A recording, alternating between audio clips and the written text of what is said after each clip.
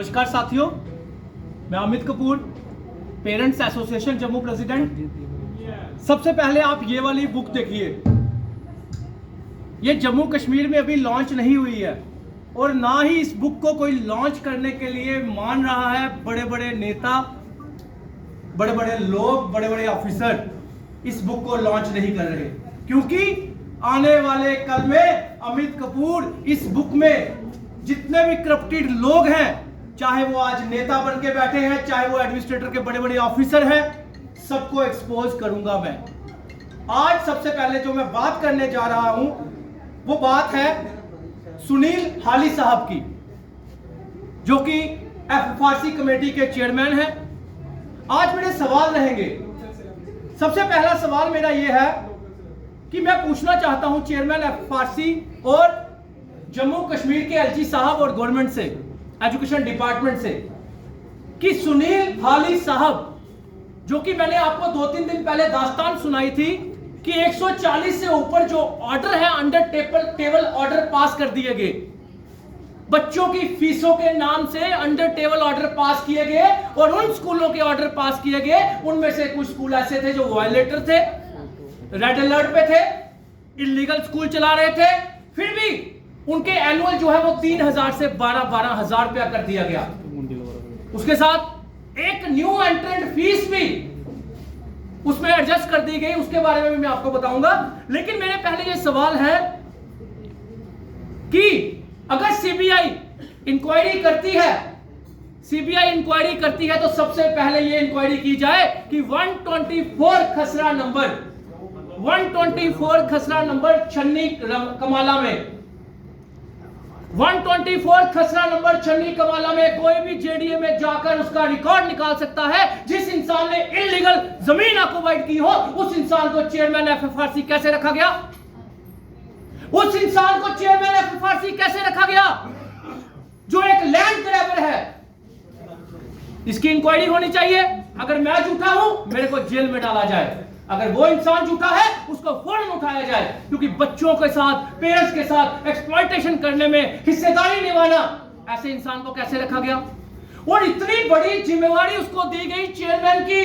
जनाब आते ही महीने 2 महीने के बाद अमेरिका चले जाते हैं 40 दिन के लिए, और पेरेंट्स बेचारा तरफ रहा है। यहां पे पेरेंट्स तरफ रहा है। मैं पूछना चाहता हूं, किसकी परमिशन और किसने उसको परमिशन दी कि जाओ 40 दिन छुट्टियां बना के आओ, पेरेंट्स को तरफने दो? तीसरा मेरा सवाल, मैं आपको बताना चाहता हूं कि इसमें एफएफआरसी में मेंबर कौन कौन बिठाए गए हैं। एक साइंस एनवायरमेंटल का टीचर, जो कि गवर्नमेंट स्कूल में टीचर है, उस जनाब को एडमिनिस्ट्रेटर बना दिया है। वो एंजॉय कर रहा है। उसकी ट्रांसफर एजुकेशन डिपार्टमेंट से कितने साल पहले हो चुकी है, उसके बाद भी वो स्टे लेके बैठ गया। ऐसी कौन सी मजबूरी, ऐसी कौन सी उसको खुशी मिल रही है? यहां पे खुशी क्या मिलती है? नेक्सस, अंडर टेबल ऑर्डर में हिस्सेदारी, स्कूलों के साथ सेटिंग। उसके बाद चेयरमैन साहब कहते हैं, चेयरमैन साहब ने एक कारनामा हो तो मैं बताऊं। फाउंडेशन वर्ल्ड स्कूल कश्मीर का एक स्कूल है, जिसको सीईओ कश्मीर बडगाम ने उसको इलीगल करार दिया, डीसी ने इलीगल करार दिया, डायरेक्टर एजुकेशन कश्मीर ने इलीगल करार दिया, और उसको फेक कैम्ब्रिज के नाम से, फेक लाइसेंस के नाम से वो कैम्ब्रिज स्कूल चला रहा था, जिसने 100 करोड़ रुपया 2015 से 2024 तक इलीगल कमाया। उसको भी जनाब चेयरमैन एफएफआरसी उसके साथ दोस्ती निभाते हुए उसकी फीस फिक्स कर दी जाती है, और बोला जाता है कि इस बेचारे को डी रिकॉग्नाइज नहीं करो। अगर तुम रिकमेंड किया जाता है कि आप इसको, अगर डायरेक्टर एजुकेशन कश्मीर को बोला जाता है आप इसको एक काम कीजिए रिटर्न में, अगर आप इसको कर सकते हो तो रजिस्ट्रेशन दे दीजिए। मैं ये पूछना चाहता हूं, चेयरमैन साहब ही क्यों बड़े बड़े स्कूलों के साथ दोस्ती करके उनके इलीगल ऑर्डर अंडर टेबल पास करते हैं? और सबसे बड़ा सवाल कि एजुकेशन डिपार्टमेंट में टीचर का क्या काम? डायरेक्टर एजुकेशन जम्मू के ऑफिस में मैक्सिमम स्टाफ जो है वहां पे टीचर बिठाए गए हैं, जो वहां पे ऑफिसर बिठाए गए हैं डायरेक्टर एजुकेशन के नीचे, उनके जो हस्बैंड है वो कहीं सेक्रेटरीट में लगे हैं या एलजी साहब की एडमिनिस्ट्रेशन में है, इसलिए सिफारशी लोग वहां पे बिठाए गए हैं। पेरेंट्स की कंप्लेंट कोई सुनता नहीं। अब मैं बात करूंगा चेयरमैन एफएफआरसी में, मेरी डिमांड है कि सीबीआई इंक्वायरी हो और चेयरमैन साहब ने जितने भी ऑर्डर ये पास किए हैं सबसे पहले उनको हटाया जाए। एक लैंड ग्रैबर को एफएफआरसी कमेटी के मेंबर कैसे बनाया गया? अब मैं उनके सवालों के जवाब दूंगा। उन्होंने कहा था कि अमित, हाँ एक चीज और, ये जो बुक आपको दिख रही है ना, ये बुक मैंने नहीं लिखी। इस बुक में भी सुनील हाली साहब की करतूतें इसमें है, कारनामे इसमें है। चैप्टर नंबर 6 में सुनील हाली साहब की गाथा दी गई है कि कैसे जब वो जस्टिस थे तब उनको इलाहाबाद ट्रांसफर किया था, क्यों किया था, क्या कंप्लेंट आई थी, और आईबी ने उसमें कंप्लेंट में पुष्टि की थी कि हाँ जो कंप्लेंटें आई है उसमें कुछ सच्चाई है, इसीलिए चीफ जस्टिस ने इनको ट्रांसफर किया था इलाहाबाद, जहां पे 56 जजेस ऑलरेडी थे, 57 को साइड पे बिठा दिया गया। ऐसे इंसान को वहां तब भी कौन सी मजबूरी आन पड़ी, इसको एफएफआरसी कमेटी का चेयरमैन बनाया और इस इंसान ने आते ही मनमानी कर दी। अब मैं वो कह रहे थे कि अमित कपूर जो है वो, उसकी जो पेरेंट एसोसिएशन है वो रजिस्टर्ड नहीं है। सबसे पहले मेरी पेरेंट एसोसिएशन रजिस्टर्ड है, लास्ट 4 सालों से मैं लोगों को अवेयर करता आ रहा हूं। एक दूसरा उन्होंने सवाल किया कि सारे स्कूल जो है वो tuition fees, annual fees, transport fees ले सकते हैं। स्कूलों का एजेंट बनकर उन्होंने लोगों को मिसगाइड किया। अगर वो एजेंट नहीं होते तो ये बात कहते कि कोई भी स्कूल एफएफआरसी के अप्रूवल के बिना कोई फीस नहीं ले सकता, कोई इंक्रीज नहीं कर सकता। उनको ये बात कहनी चाहिए थी, लेकिन उन्होंने नहीं कहा। वो एजेंट बनके, स्कूलों के एजेंट बनकर लोगों को मिसगाइड किया। और उसके बाद उनका कहना था कि अमित कपूर का बैकग्राउंड चेक किया जाए, अमित कपूर की एसोसिएशन चेक की जाए। एसोसिएशन तो मैंने आपको बता दी। मैं आपको पूछना चाहता हूं, एक पब्लिक सर्वेंट को क्वेश्चन करने के लिए क्या इस एसोसिएशन की जरूरत मुझे है? पब्लिक सर्वेंट को तो कोई भी क्वेश्चन कर सकता है, पब्लिक सर्वेंट को कोई भी क्वेश्चन कर सकता है, पूछ सकता है भाई तूने कैसे गलत काम किया। और फिर कहते हैं अमित कपूर का बैकग्राउंड चेक किया जाए। तो भाई साहब, मेरी ऑलरेडी शादी हो चुकी है, मेरे 2 बेटे हैं, बड़े अच्छे स्कूल में पढ़ते हैं, ईमानदार स्कूलों के पास वो बच्चे जाते हैं, तो मेरा बैकग्राउंड चेक मत कीजिए, अपना बैकग्राउंड चेक करवाइए।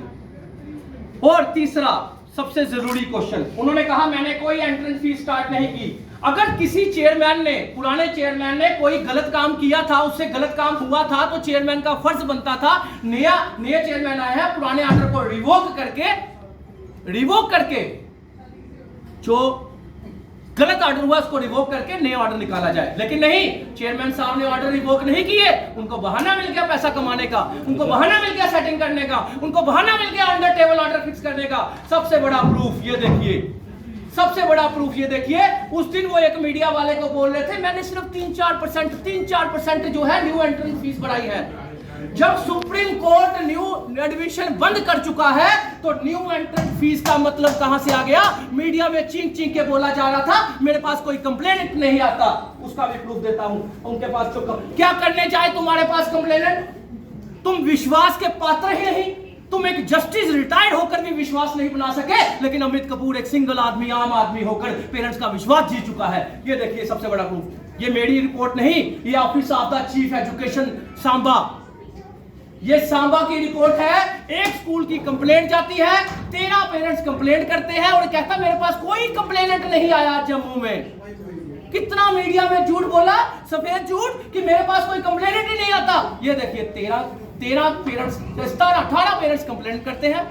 कंप्लेंट करने के बाद सीओ सांबा रिपोर्ट डालता है कि एक बच्चे से, सिंगल बच्चे से 42,410 रुपए से लेकर 42,550 रुपया पर बच्चे से एक्स्ट्रा लिया जा रहा है। एक बच्चे से 1 साल का 42,510 रुपए, 550 रुपए एक्स्ट्रा लिए जा रहे हैं। ये किसकी रिपोर्ट है? सीओ सांबा की। उसके बाद उसने ये भी बोला है कि एनसीईआरटी के बुक्स के एडिशनल बुक्स जो है इन्होंने लगाई है और बुक्स यूनिफॉर्म का नेक्सस भी स्कूल में चलाया है। लेकिन चेयरमैन एफएफआरसी ने आज तक इस पेरेंट्स को, ये देखिए 6/9/2023 का ऑर्डर है, ये 6/9/2023 का। जनाब कहते हैं मेरे पास कोई कंप्लेनेंट ही नहीं आता। भाई साहब 6/9/2023 की रिपोर्ट भी फाइनल हो चुकी है, उसके बाद भी आपने किसी पेरेंट्स को फीस वापस नहीं करवाई। एक पेरेंट्स के साथ सेटिंग करके उसको डरा धमकाकर अगर एक पेरेंट्स की दिला भी दी, लेकिन बाकी जो वहां पे 1400-1500-2000 पेरेंट्स है, क्या उनको फीस वापस दिलाई? क्या ये ऑर्डर आपने वेबसाइट पे चलाया? क्या किसी की कंप्लेंट आपने वेबसाइट पे चलाई? आप ट्रांसपेरेंसी के साथ काम इसलिए नहीं करते, अमित कपूर को ऑर्डर पता चल जाएगा, अमित कपूर वीडियो बनाएगा, लोगों को अवेयर कर देगा और लोग जो है पैसा वापस ले लेंगे स्कूलों के साथ। तो सेटिंग इनकी कहां से होगी? अंडर टेबल साइन कैसे होंगे? अंडर टेबल डील कैसे होगी? उसके बाद चेयरमैन साहब कहते हैं कि हमारा बुक्स के साथ कोई लेना देना नहीं, यही कहा उन्होंने। अब मैं आपको बताता हूं, कोई भी एक आदमी आ जाए, मैं कह रहा हूं कोई भी ऑर्डर ले लीजिए आप, कोई भी FFRC का ऑर्डर है, इसमें लिखा गया है कोई स्कूल जो है वो बुक्स यूनिफॉर्म चेंज नहीं कर सकता, ठीक है, बुक्स यूनिफॉर्म सेल नहीं कर सकता, इसमें साफ साफ लिखा गया है। FFRC कमेटी के ऑर्डर में, हर एक फीस फिक्सेशन कमेटी के ऑर्डर में लिखा होता है कोई स्कूल बुक्स और यूनिफॉर्म सेल नहीं कर सकता। और तो और जब इन लोगों की फीसें सेट होती है, ये इलीगल स्कूल की फाइल कैसे लेते हैं चेयरमैन FFRC, वो समझ नहीं आती कि आपका DC कहता है ये इलीगल स्कूल है, आपका CO कहता है इलीगल स्कूल है, आपका डायरेक्टर कहता है इलीगल स्कूल है, तो ये 5 मेंबर कमेटी के कैसे साइन कर देते हैं? बाकी मेंबर का कहना है कि हमें पता नहीं था, हमने साइन कर दिए, जैसा चेयरमैन ने कहा हमने कर दिया, हमें नहीं पता था। उन्होंने कहा कि हम ऑर्डर रिवोक कर देंगे, लेकिन ऑर्डर रिवोक करना, ऑर्डर 100 करोड़ के ऑर्डर रिवोक करना, आज तक जितने भी नेक्सस, जितना भी करोड़ों का नेक्सस हुआ है उसको रिवोक करना उपाय नहीं, इस चेयरमैन को हटाना उपाय है। इस चेयरमैन को हटाना, CBI इंक्वायरी होनी चाहिए। CBI इंक्वायरी के बाद पता चलेगा कि इस इंसान की प्रॉपर्टी भी मैं कह रहा हूं, इसकी प्रॉपर्टी का भी ब्यौरा होना चाहिए, क्योंकि जस्टिस के टाइम भी इस इंसान ने लैंड ग्रैब की थी, इलीगल ऑक्युपाइड की थी JDA की, तो इसको किसने बनाया? चेयरमैन FFRC, किसने इसको बनाया? यही मैं कहना चाहता हूं। और हां, अगर मैं आपके चैनल के माध्यम से चैलेंज करता हूं चेयरमैन सुनील हाली साहब को, आ जाओ मीडिया में, मेरे सामने आ जाओ मीडिया में। आप उन मीडिया को इंटरव्यू देते हो जो आपको क्वेश्चन नहीं कर सकते, आप उन मीडिया को इंटरव्यू देते हो जिनको शायद सारी चीजों का नहीं पता। अगर आप मीडिया के सामने मेरे साथ डिबेट पे आते हैं, मैं चैलेंज करता हूं, अगर मैं गलत निकला मुझे जेल में ठोक दीजिएगा, अगर ये इंसान गलत निकला इसको कड़ी मैं कह रहा हूं जहां पे भेजना होगा भेज दीजिएगा, यहां से निकाल दीजिएगा, पेरेंट्स को बचा लीजिएगा।